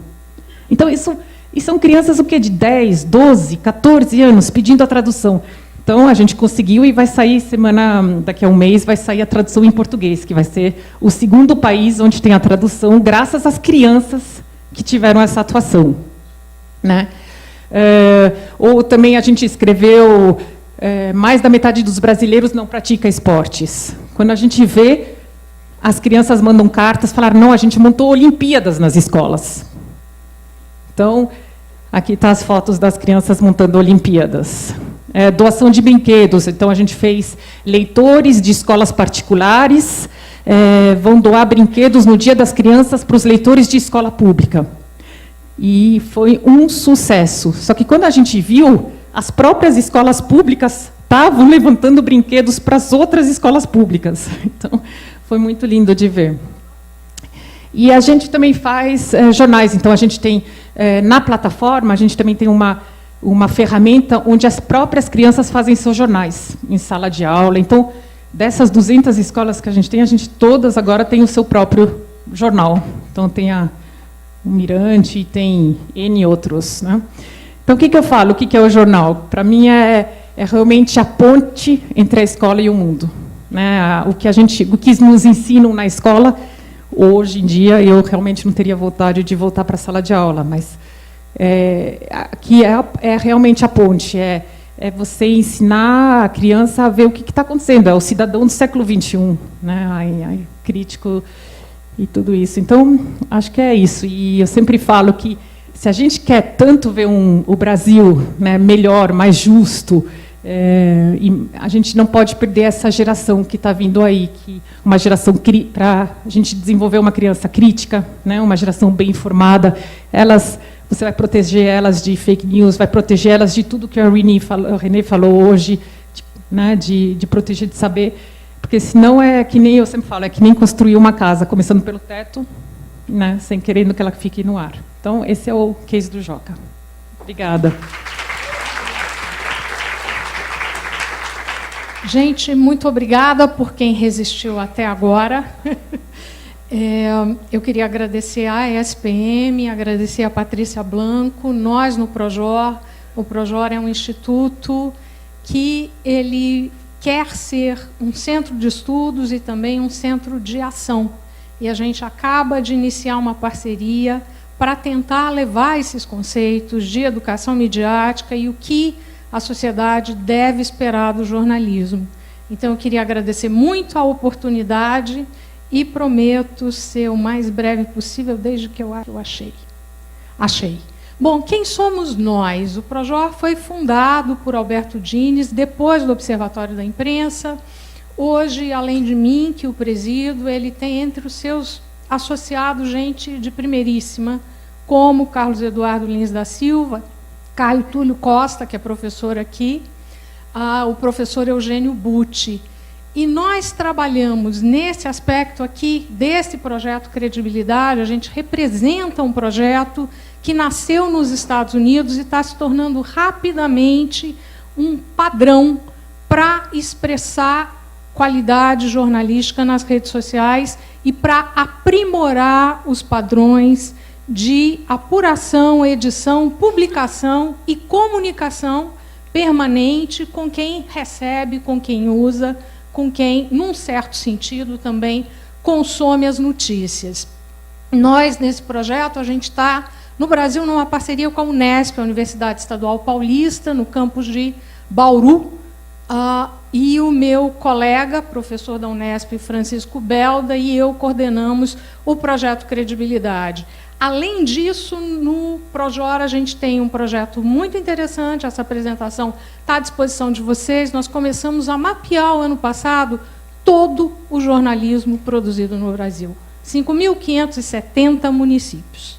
E nós estamos interessados em encontrar veículos que cubram notícias de interesse público. Contas públicas locais, o prefeito, saúde, segurança e educação. Bom, esse projeto específico, hoje, ele tem esses veículos. Tá? Ele nasceu em 2016 e nós começamos a bater de porta em porta. Quer participar? A ideia vocês vão conhecer daqui a pouquinho.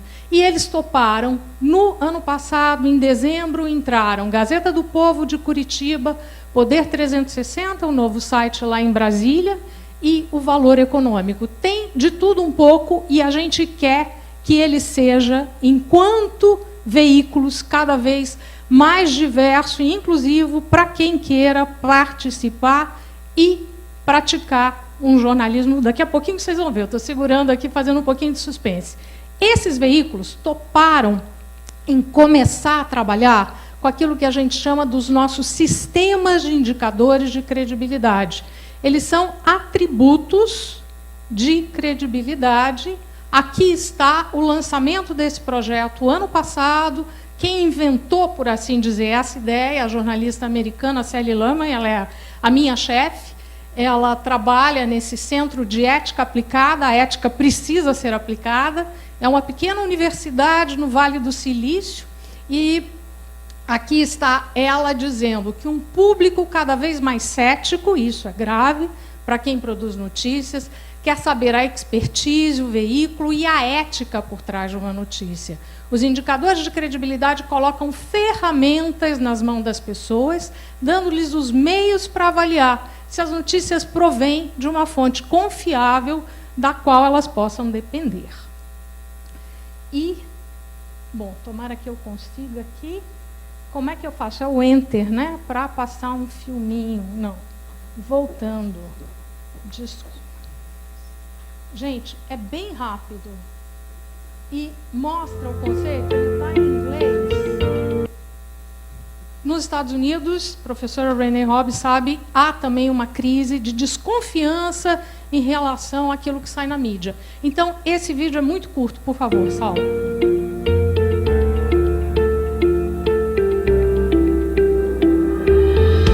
Isso é lá, nos Estados Unidos. Só 32%, um terço das pessoas acredita no que é publicado.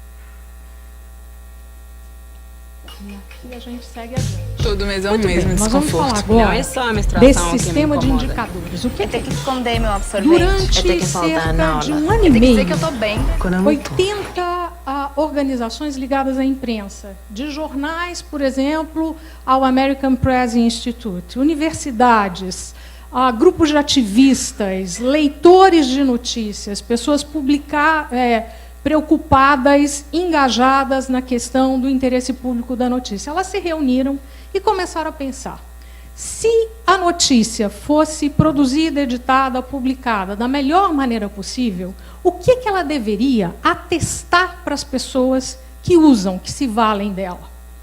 Eles fizeram uma enorme tempestade cerebral, um brainstorm, e chegaram, primeiro eram 38 indicadores, que foram depois reagrupados em 8 principais indicadores. Esse é o primeiro deles, e eles chamam de, também para facilitar a vida, já que a gente está falando de educação midiática, de os dados nutricionais da informação jornalística. O primeiro é melhores práticas. Quais são os seus padrões, se você é um veículo? Como é que se apura? Como é que você corrige seus erros?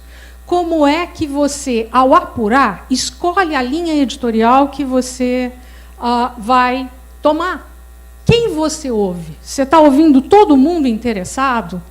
Quem é o dono do seu veículo? Seu veículo tem papel na bolsa? Será que o seu veículo, sendo, enfim, financiado de uma forma, digamos, comercial, e isso é absolutamente legítimo, será que ele coloca a notícia à frente dos interesses do dono ou dos acionistas? Isso tudo é pedido e a gente só recomenda, não exige nada, desses veículos. Qual é a missão? O que ele entende por informar? Quais são as principais questões que ele defende? Quais são os seus compromissos éticos com a diversidade de vozes? Já falei, precisão e correções, entre outros padrões. Quem é o autor que está por trás? Esse repórter, editor, colunista, o que ele carrega de experiência? O que ele já cobriu? Que livros publicou? Que vivência tem? Onde morou e por aí em diante? Tipo de trabalho, gente, isso é muito importante. Isso é uma notícia, uma análise, uma opinião, as 3 coisas juntas. As pessoas estão cada vez mais confusas e elas precisam dessa sinalização. Citações e referências. Como você trata material de terceiros que você não apurou?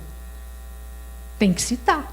Como é que você cita, como é que você linka, como é que você atribui e como é que você checa, que é o material do terceiro. Você precisa saber o que está publicando. Métodos para coberturas mais, digamos, em profundidade, para jornalismo investigativo. Que especialistas você ouviu? Que, digamos aí, linha você está seguindo? Vejam que, de certa maneira, isso se aproxima de um método científico. O jornalismo, aliás, se diz, é a verdade, ele é o primeiro esboço, o esboço mais quente da história, e ele lida com uma precariedade no seu ofício que se reflete nele próprio. Origem local. Num país feito nosso, tão assimétrico, tão desigual, isso é muito importante. Saber se aquilo vem de uma sucursal, saber se aquilo vem de um freelancer, saber de onde vem aquilo. Diversidade de vozes. Poucos países são mais desiguais e iníquos que o nosso. Está na hora dessa diversidade se fazer refletir dentro das redações, com redações cada vez mais diversas, e nas vozes que esse veículo vai refletir no seu trabalho.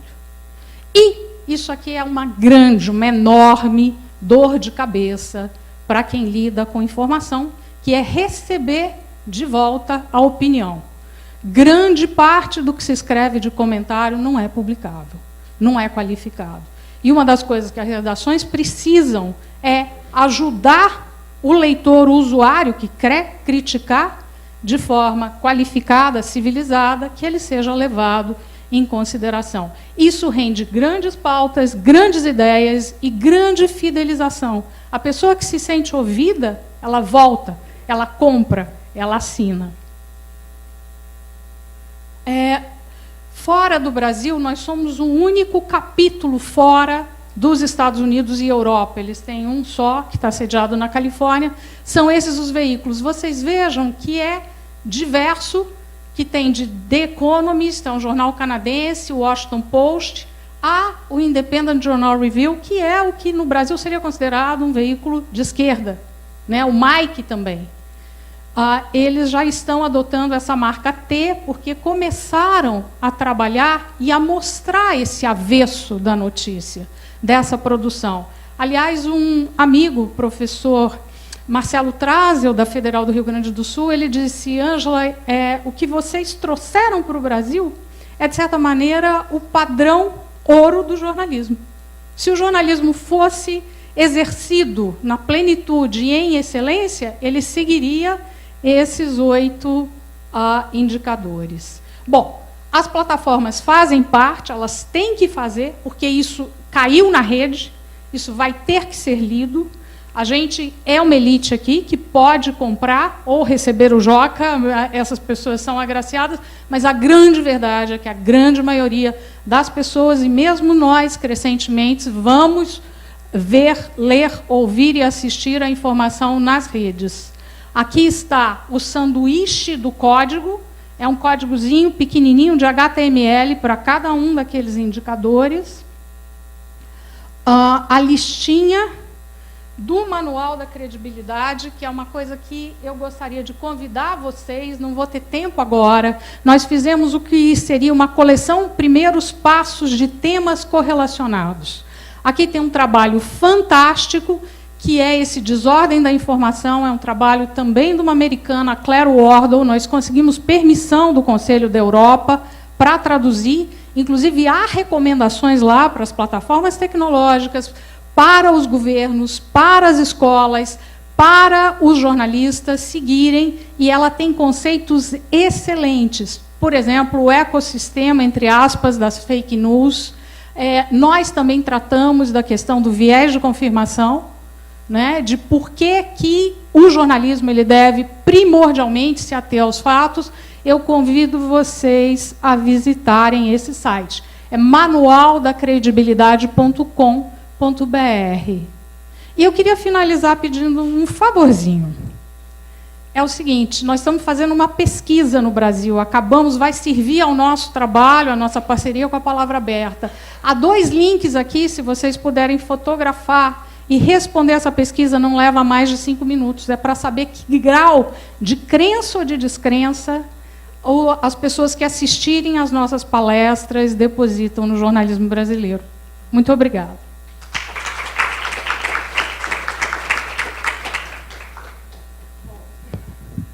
Então, agora, nesse final, professor Ismar, por favor, se for possível passar. É assim, meus queridos, a gente já está no... 15 para 7 já, 15 para 7. Foi uma tarde deliciosa, né, com tantas coisas bacanas para a gente pensar. E, assim, nós não tivemos efetivamente uma pergunta, mas, em face de tantas questões interessantes, eu queria fazer uma breve colocação e que vocês comentassem também, muito brevemente, para a gente passar para a Tânia. Talvez seja uma pergunta por demais grande e quase respondida. Né, uma pergunta que, de fato, não teria resposta. Mas, assim, pensando na fala do professor Adilson, quando nos trouxe a história, né, do país, em as questões da comunicação, dizendo que havia um projeto de país naquele momento, né? Quer dizer, e aí eu faço uma pergunta: nesse momento em que a gente está vivendo uma instabilidade política, econômica, e com uma crise de credibilidade, como você traz, ao mesmo tempo com uma vontade de acreditar e de fazer, que também é o que vocês mostram, todos com as suas experiências, né? Como é que esses projetos, essas iniciativas podem continuar a florescer nesse cenário que a gente está vivendo hoje e daqui para frente, que a gente não sabe muito bem o que virá?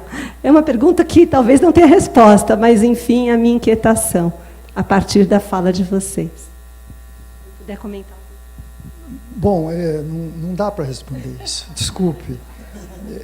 Sempre tem um projeto de país, sempre tem. Agora tem um. Precisa saber se a gente gosta dele. Eu não vou continuar muito, porque não vai estar... Eu não gosto. Então, esse projeto de país que tem aí, ele não está no meu projeto comunicativo educativo. Ponto. O que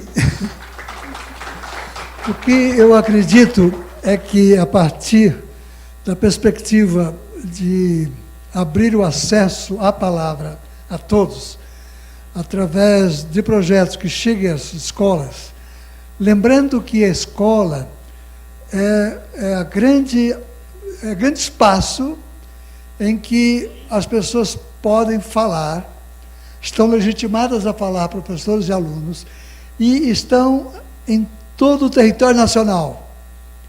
Isto é, o conjunto das escolas representam uma grande mídia. Se nós falamos hoje de mídias hegemônicas, o conjunto das escolas representa uma mídia. E se as crianças e professores estiverem falando, nós vamos ter uma grande mídia circulando. Essa grande mídia, feita, portanto, pelo conjunto das pessoas que participam, professores, alunos, membros das comunidades escolares, poderiam estar influenciando o país, poderiam estar expressando seu projeto de país em relação a setores ou em relação à política geral. Eu falaria, por exemplo, de uma área chamada de sustentabilidade, em que a fala de cada um que está em cada canto do país poderia ser uma grande voz em defesa do território, em defesa do país. Outra grande bandeira são os direitos humanos, a questão das diversidades, e aí a questão da mulher hoje, né, é um tema em discussão. Então, eu acredito que o conjunto das escolas representa um SBT. Não é isso? Um conjunto. E outra questão importante. O jornalismo, a comunicação é feita por pessoas como nós. Os jornalistas, né, acabamos de ouvir, eles se preocupam com ética, ou buscam se preocupar, ou estão à carta de quem os ajuda a se preocupar. Os gestores, os donos das empresas de comunicação são pessoas humanas, com as quais podemos estar dialogando. Então, eu acredito que essa grande mídia chamada escola e as mídias chamadas televisões e rádios poderiam estar se entendendo.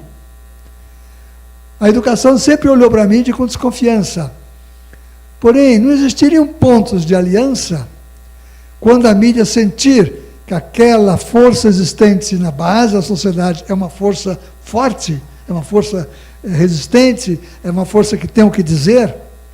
Não seria interessante para a mídia esse diálogo? Não é? Então, eu tenho esperança que, a partir dessas práticas de educação midiática, nós consigamos encontrar alianças que beneficiam o país, a partir da voz que vem do conjunto da sociedade em direção às vozes, encontrando com as vozes que vêm da área do sistema de comunicação.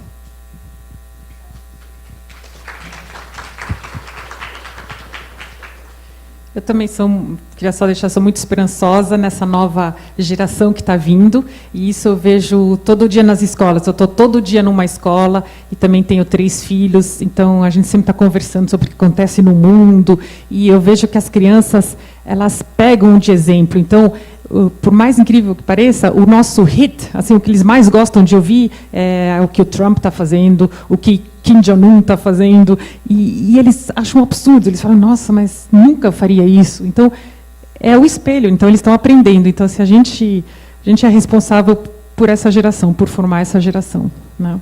Obrigada.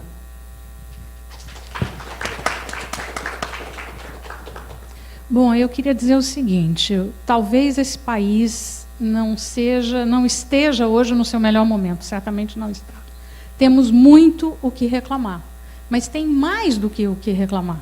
Tem um risco grande de um regresso autoritário em relação à liberdade de expressão, né? A eclosão aí das mídias, essa questão das redes sociais, que todo mundo fala o que pensa o tempo todo, e que tem bons atores e maus atores, está levando a por exemplo, novos projetos de lei que, ao tentar combater as chamadas fake news, com muitas aspas, eles, ao tipificar o que seria isso, eles são uma ameaça latente à censura. Nós, cidadãos, não importa o partido que você tenha, se você defende a democracia, se você, como eu, quis fazer jornalismo, fiz na ECA, nos anos 80, por adorar a redemocratização que estava, se você se preocupa, está na hora de alguma maneira, se manifestar. Se manifestar dizendo que a gente não pode ter muita pressa nessa tipificação. A internet é nova demais. Ela é o resumo do mundo e a natureza humana é vária. Na internet tem a cura do câncer e tem pedofilia, pornografia e ISIS. Tem inovação aberta, feito esse projeto que a gente está trazendo, tem o que o mundo tem de melhor e pior. A gente precisa recuar um pouco e, antes de escrever leis, nos educar, enquanto a gente tenta também passar os conceitos que a gente já tem consolidados para as crianças. E também eu acho, e aqui eu estou fazendo uma defesa do jornalismo, o jornalismo ele é a parte importante da democracia, ele vai produzir os fatos que vão nutrir o debate público, né? A gente precisa zelar por ele, a gente precisa fazer o que a Stephanie está fazendo. As crianças precisam aprender a amar as notícias, porque a democracia vai depender das escolhas que elas fizerem, baseadas na informação que elas absorverem. Obrigada.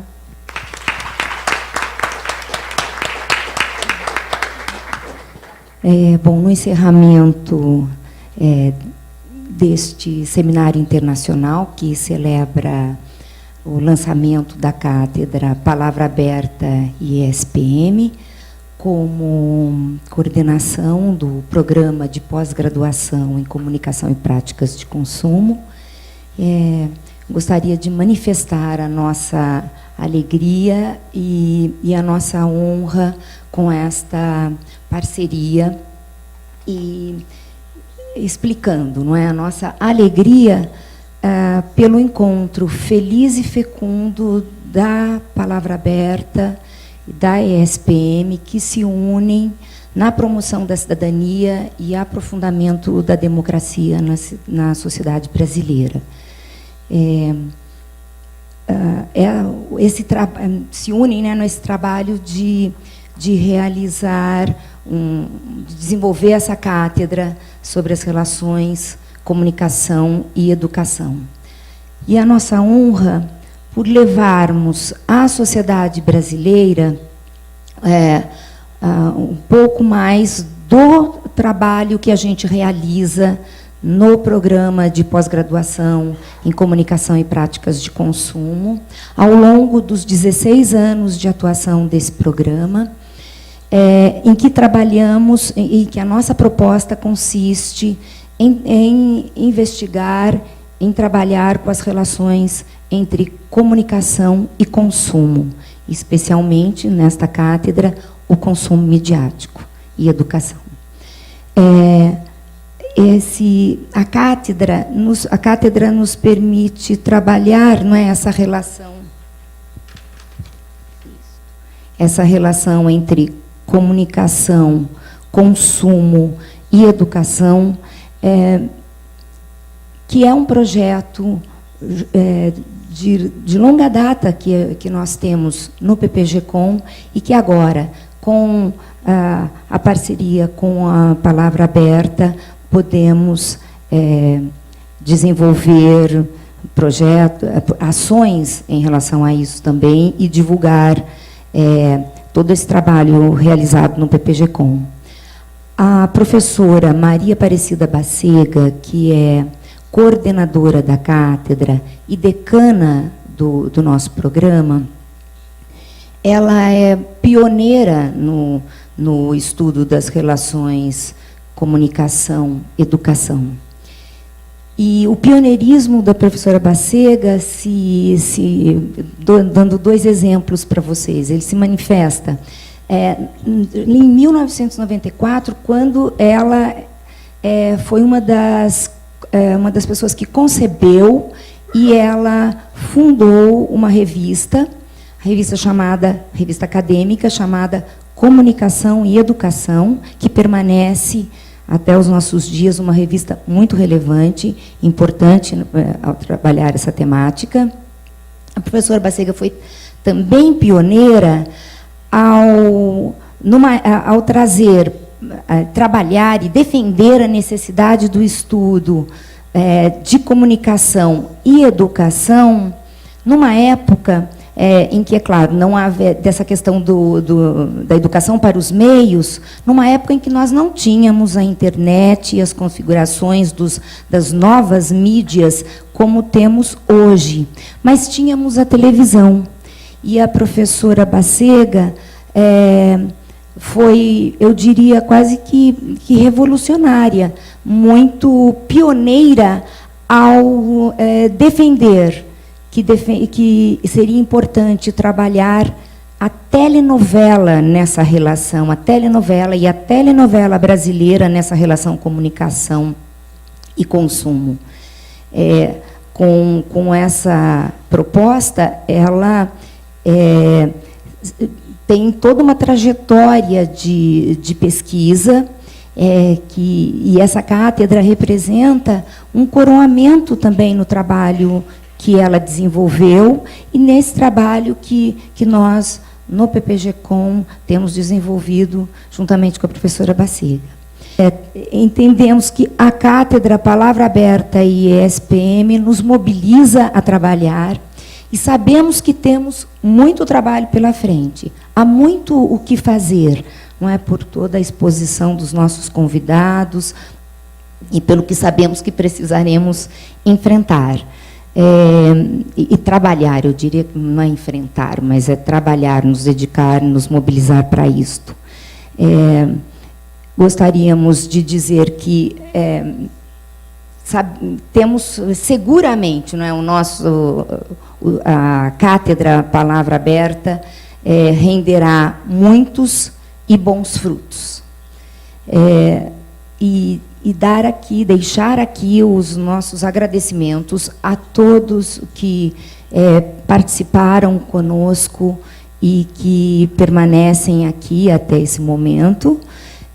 Agradecer às autoridades que aceitaram o convite para estarem conosco, os convidados palestrantes que nos brindaram com apresentações instigantes, brilhantes, ao público atento e interessado que permanece até esse momento e comprova que o tema é dos mais relevantes, ao Instituto Palavra Aberta por toda a mobilização e por toda a vontade de trabalhar e de se envolver, e como eles já têm também a trajetória, mas, enfim, nessa parceria, a ESPM, em todas as suas instâncias, da presidência aos nossos estudantes, todos muito mobilizados, vários departamentos, os profissionais de vários departamentos da escola, enfim, uma cátedra, ela não se faz, não fazemos uma cátedra sozinhos, não é? Nós precisamos da união de todos, e unindo as nossas forças, certamente os frutos serão os melhores.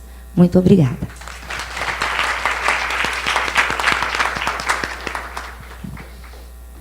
Eu passo a palavra a Patrícia Blanco, do Instituto Palavra Aberta, que vai fazer o encerramento dessa sessão de hoje. Gente, obrigada a todos, boa noite. Acompanhem